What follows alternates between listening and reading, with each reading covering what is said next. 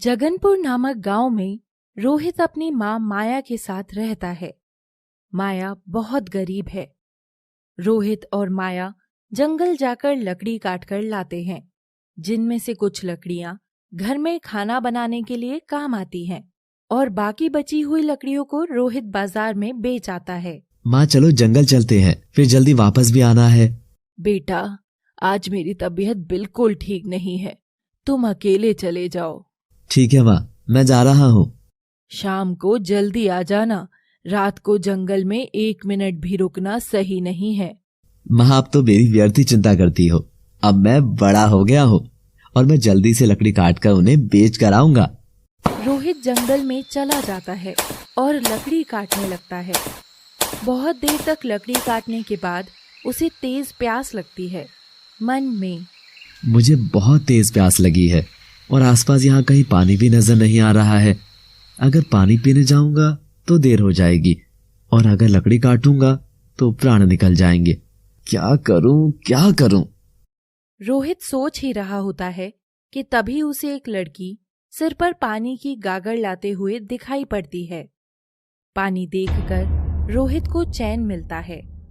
खुद से इससे पानी मांगना क्या सही रहेगा? वैसे पानी लेना ही होगा, नहीं तो आज जान चली ही जाएगी। रोहित लड़की को आवाज लगाता है, पानी वाली, ओ पानी वाली। जी बताइए, वैसे मैं पानी बेचने वाली नहीं हूँ। हाँ जानता हूँ, तुम्हारा नाम मुझे मालूम नहीं था, इसलिए कुछ तो बोलना ही था ना। मेरा नाम ज्योति है।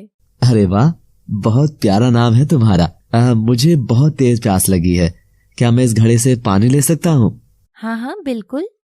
रोहित पानी पी लेता है और ज्योति भी चली जाती है। रोहित पेड़ के नीचे बैठ गया और सिर्फ ज्योति के बारे में ही सोच रहा है। खुद से मेरा तो मन अब लकड़ी काटने का बिल्कुल भी नहीं है। पता नहीं क्या हो गया।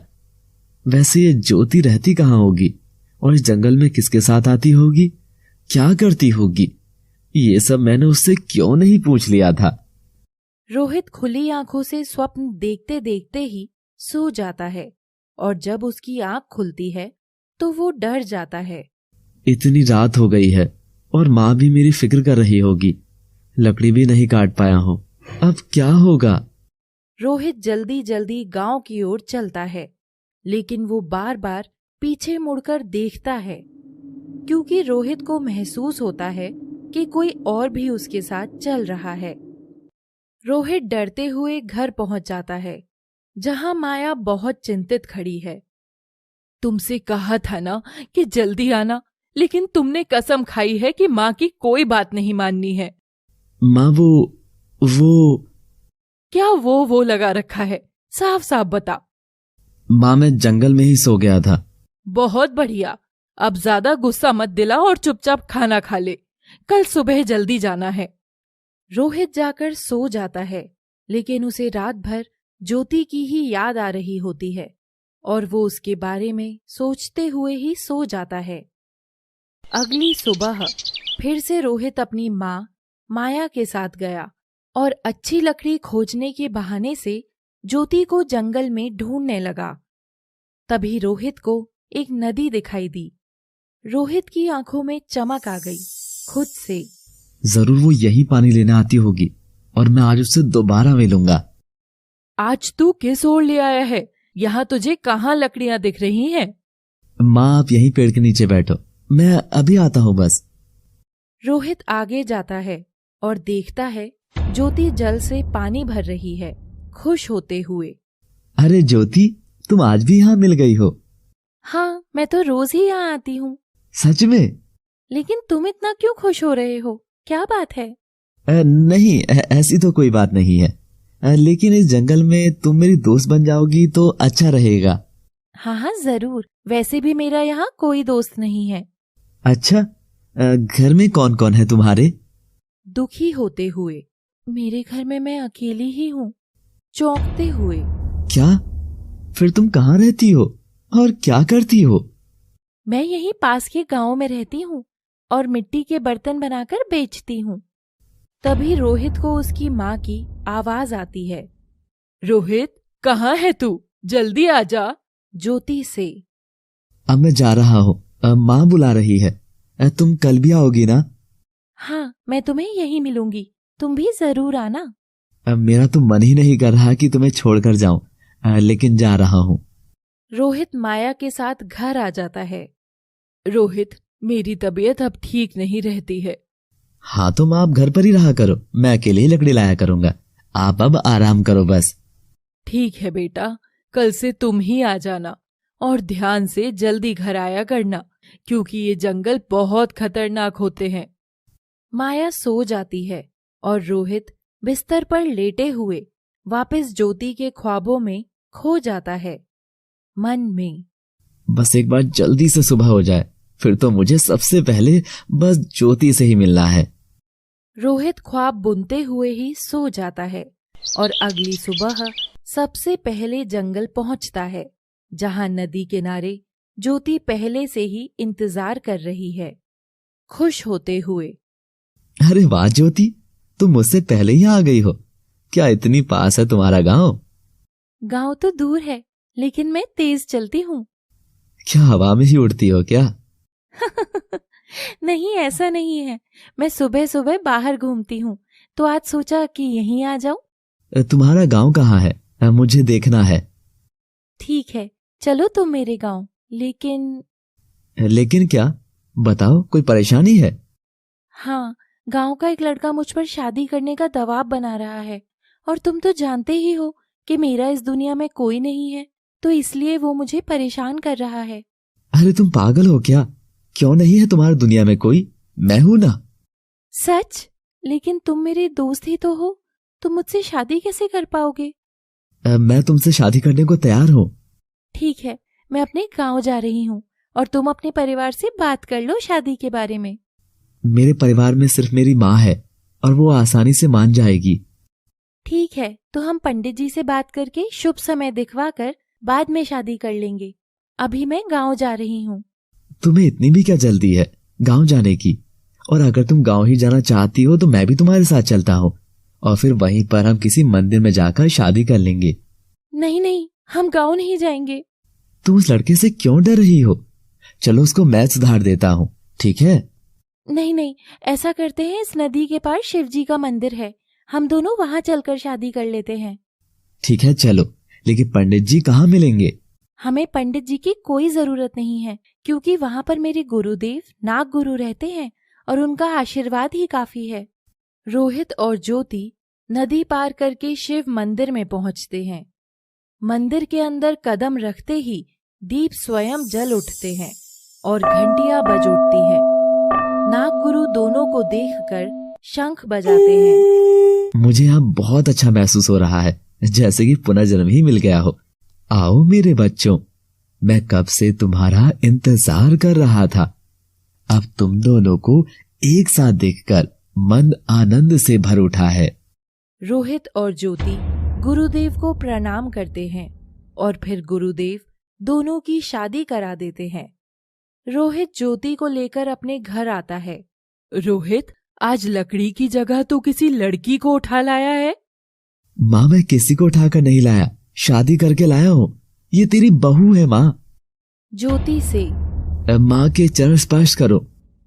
ज्योति माया के चरण स्पर्श करके जैसे ही ऊपर उठकर माया की आंखों में देखती है तो चौंक जाती है, क्योंकि उसको माया में एक नेवली दिखाई देती है और माया को भी ज्योति में एक नागिन दिखाई देती है और वो बोल पड़ती है, अरे तुम? माँ, आप ज्योति को जानते हो? नहीं नहीं, मुझे देखकर लगा था कि मैंने पहले कहीं देखा है। हाँ माँ, मुझे भी ऐसा लग रहा है कि ज्योति से मेरा भी पिछले जन्म का संबंध है। हाँ हाँ, बहुत हो गया, तू जाकर हाथ मुंह धो ले, तब तक मैं बहू से बात कर रही हूँ। रोहित चला जाता है। दुष्ट नागिन, तू आ ही गई इस घर में, लेकिन अनजान है कि तेरी मौत तेरा इंतजार कर रही है। मौत किसका इंतजार कर रही है, ये तो वक्त ही बताएगा। ज्योति एक फुंकार माया पर फेंकती है और उस फुंकार से माया अपने नेवली रूप में आ जाती है। तभी कुछ आहट होती है और नेवली वापस मानव रूप में आ जाती है। तभी रोहित आ जाता है। अरे माँ ज्योति, आप दोनों अभी तक यहीं खड़े हो? माँ से परिचय करना जरूरी था, क्योंकि घर में तो माँ के साथ ही रहना है ना। अच्छा, आप दोनों बैठो, आज मैं खाना बनाता हूँ। रोहित दोनों के लिए खाना बनाता है। रात को सभी सो जाते हैं और बाहर से बीन की आवाज आने लगती है। मुझे ये बीन की आवाज कहाँ से आ रही है? मैं अपने कान बंद कर लेती हूँ। अगर ये बीन यूं ही बजती रही तो सारा खेल खत्म हो जाएगा। ये बीन की आवाज तो और तेज होती जा रही है। कैसे रोकूं मैं खुद को? ज्योति खुद को संभाल नहीं पाती और झोपड़ी से बाहर निकल आती है और बीन का पीछा करते हुए पहुंच जाती है। कौन है वहाँ? ये बीन कौन बजा रहा है? पेड़ के पीछे से माया हंसते हुए आती है। कब तक खैर मनाएगी? आज फंस ही गई चंगुल में। तुमको क्या चाहिए और क्यों मेरे पीछे पड़ी हो? इतनी भी भोली मत बनो नागिन रानी, तुमको सब कुछ पता है। मैं सही कहती हूँ कि चली जाओ यहाँ से, वरना अच्छा नहीं होगा। मैं अपने खजाने को छोड़कर कैसे जा सकती हूँ? मैं कोई खजाना वजाना नहीं हूँ। अच्छा चलो, एक सौदा कर लेते हैं। तुम रोहित के साथ खुशहाल जिंदगी जियो और मुझे वो मणि दे दो जिसके लिए हम वर्षों से तुम्हारे पीछे पड़े हैं। मेरे पास कोई मणि नहीं है। ठीक है, तो मैं तुमको अभी सबक सिखाती हूँ। माया नेवली बन जाती है और ज्योति नागिन बन जाती है। दोनों बहुत लड़ाई करती हैं। नागिन घायल हो जाती है। मैं तुझे जिंदा छोड़ रही हूँ क्योंकि मुझे तुझसे मणि चाहिए, वरना अभी खत्म कर देती। माया और ज्योति घर आ जाते हैं। अगली सुबह। अरे ज्योति, रात तो तुम बिल्कुल ठीक थी, फिर आज तुमको ये चोट कैसे लगी? कहाँ है चोट? कैसी चोट? तुम्हारे हाथ और चेहरे पर देखो, तुमको दर्द नहीं हो रहा है क्या? अब मेरे लिए ये जगह नई है ना, तो मच्छर काट गए होंगे। मैं कोई दवाई लगा लेती हूँ। मैं लकड़ी लेने जा रहा हूँ। मुझे भी साथ चलना है। तुम घर पर ही रहो, माँ के पास। मैं इसकी सास हूँ और रोहित अपनी माँ को बहुत प्यार करता है, इसलिए अब सास बनकर इस नागिन को मजा चखाऊंगी। माया जानबूझकर खुद के पैर पर चाय गिरा लेती है। अरे मार दिया! भगवान ने कैसी बहू दी है मुझे। अभी तो आए हुए एक ही दिन हुआ है और तुरंत ही ये मुझे परेशान करने लगी है। रोहित दौड़ते हुए आता है। क्या हुआ माँ? इस ज्योति ने मेरे ऊपर चाय फेंक दी है। माँ ज्योति ऐसा नहीं कर सकती है। आए हाय, ये कल की आई लड़की तुझे माँ से भी ज्यादा प्यारी हो गई है और माँ तेरे लिए कुछ नहीं है। माँ पर तुझे बिल्कुल भी विश्वास नहीं है। माँ आपने फालतू मेरी बात को इतना बढ़ा दिया है, मेरा वो मतलब नहीं था। जैसे इसने मुझे परेशान किया है, मैं भी इसको सजा दूंगी। माया आग में तपाकर चिमटा लाती है और ज्योति के हाथ में लगा देती है। माँ ये क्या कर रही हो आप? ज्योति को छोड़ दो। तुम मेरे साथ चलो, मैं तुमको वैद्य जी के पास लेकर चलता हूँ। रोहित ज्योति को वैद्य जी के पास लेकर जाता है और वो ज्योति के घाव पर जड़ी बूटियों का लेप लगाते हैं। रोहित और ज्योति वापस घर आते हैं तो माया शोर मचा रही होती है कि मेरे बेटे को मेरी फिक्र ही नहीं है। माया के तानों से परेशान होकर रोहित जंगल चला जाता है। कुछ दिन यूं ही लड़ते झगड़ते बीत गए। रोहित हर रोज की तरह आज भी घर से बाहर चला गया और माया ज्योति को टॉर्चर करने लगी। माया ने ज्योति का हाथ पकड़ा और उसे जबरदस्ती कहीं ले जाने लगी। मुझे कहाँ लेकर जा रही हो? या तो तू चुपचाप मणि वापस कर दे या आज तेरा मौत से सामना होगा। ज्योति माया की पकड़ से छूटने के लिए नागिन रूप में आ जाती है और फिर माया भी नेवली बन जाती है। ज्योति ने अपनी लंबी जीभ से नेवली को डसने की कोशिश की, लेकिन नेवली पर इसका कोई असर नहीं पड़ा।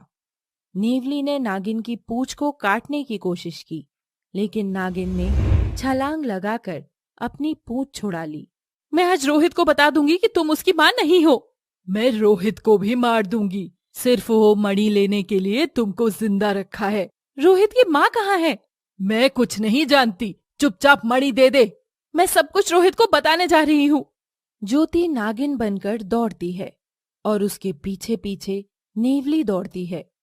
कुछ ही समय में दोनों जंगल में रोहित के पास पहुंच जाते हैं, लेकिन मानव रूप में नहीं आते हैं। भगवान जी, दो दुश्मन एक साथ मेरे सामने खड़े हैं, मुझे इनसे बचाओ।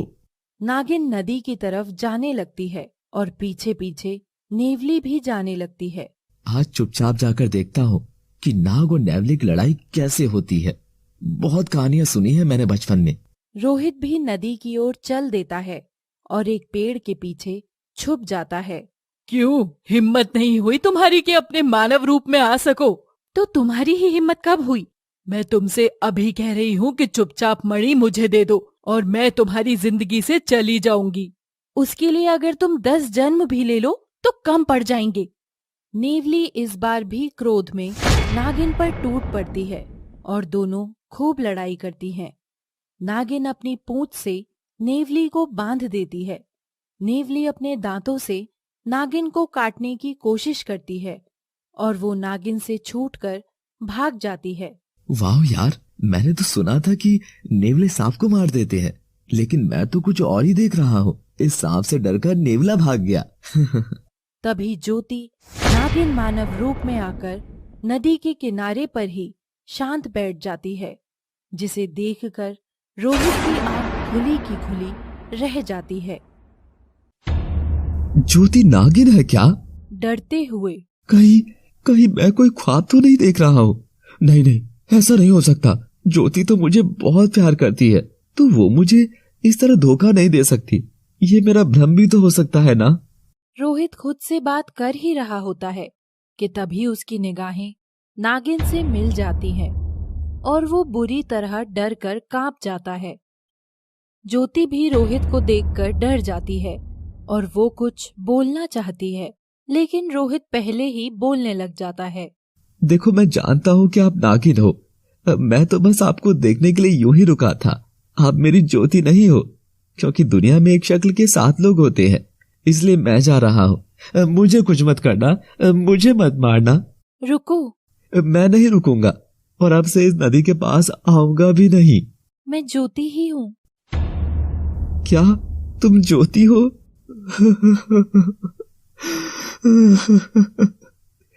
क्यों किया तुमने ऐसा? तुम नागिन हो, मैं एक साधारण इंसान हूँ। तुमने क्यों किया ये नाटक मेरे साथ? क्यों? आखिर क्यों? मेरी बात सुनो। मुझे कुछ नहीं सुनना है। तुमने मेरे साथ धोखा किया है और इसीलिए मैं आज यही अपने प्राण त्याग दूंगा। मैंने कुछ नहीं किया है। अच्छा, सब जानकर भी तुम अनजान बन रही हो। ऐसा करो कि अपने जहरीले फन से मुझे अभी डस लो। रोहित वहीं बैठकर रोने लगता है। तुम आजाद होना चाहते हो? हाँ, मैं तुमसे मुक्ति पाकर अपनी माँ के पास जाना चाहता हूँ। तुम मेरे साथ पहले उस मंदिर में चलो जहाँ हमने भोलेनाथ को साक्षी मानकर शादी की थी। तुम वहाँ जाकर पक्का मेरी जिंदगी से दूर चली जाओगी ना? हाँ, मैं तुमसे दूर चली जाऊंगी। रोहित और ज्योति नदी पार करके मंदिर पहुँचते हैं, मगर मंदिर में पिछली बार की तरह आनंद नहीं होता है, बल्कि कोहराम मचा रहता है, जैसे कि खुद भगवान शिव क्रोध में तांडव कर रहे हो। यहाँ सब कुछ बदला बदला क्यों है? और नागुरु कहाँ गए? इस बदलाव का कारण तो मुझे भी नहीं पता। मैं जानता हूँ। क्या जानते हो? यही कि पिछली बार यहाँ जो भी व्यवस्था थी सब तुमने अपनी शक्तियों से की थी, और वो नागुरु भी झूठे थे। सब कुछ झूठ था। चलो अब जल्दी से मुझे आजाद करो। नागुरु को आने दो, जो भी करेंगे वो ही करेंगे। हाँ हाँ, बुलाओ नागुरु को। वैसे भी नागुरु कहीं दूर से तो नहीं आएंगे। तुम ही अपनी शक्तियों से पैदा करोगी और मेरी आंखों पर जादू कर दोगी। मैं सब जानता हूँ, मैंने बचपन में बहुत कहानियां सुनी है। तभी नागुरु भी आ जाते हैं। रोहित, अभी तुम्हारी बातें मुझे बच्चों जैसी लगती हैं। धोखा हुआ है मेरे साथ, धोखा। यहाँ बैठो, मैं तुमको कुछ दिखाता हूँ। रोहित और ज्योति दोनों महादेव के चरणों में बैठ जाते हैं और नागगुरु भी वहीं बैठ जाते हैं। नागगुरु कुछ मंत्र बोलते हैं और एक शीशा रखते हैं। ज्योति, इसमें नागमणि रख दो। ज्योति नागमणि रख देती है।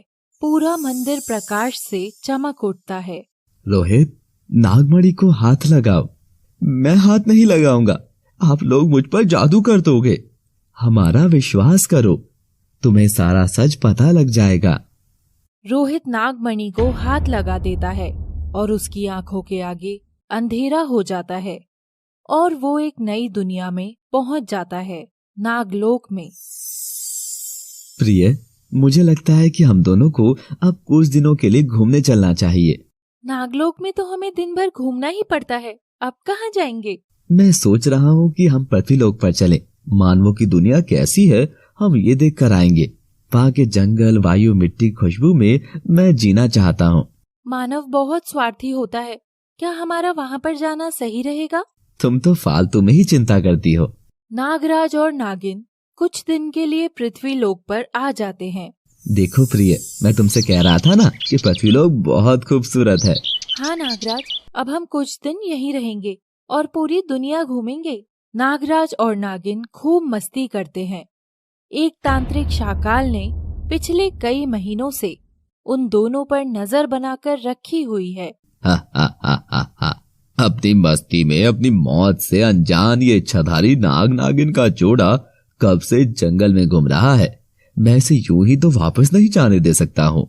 मैं इससे मणि लेकर रहूंगा और मणि जरूर नागिन के पास होगी, इसीलिए नाग को मारना ही होगा।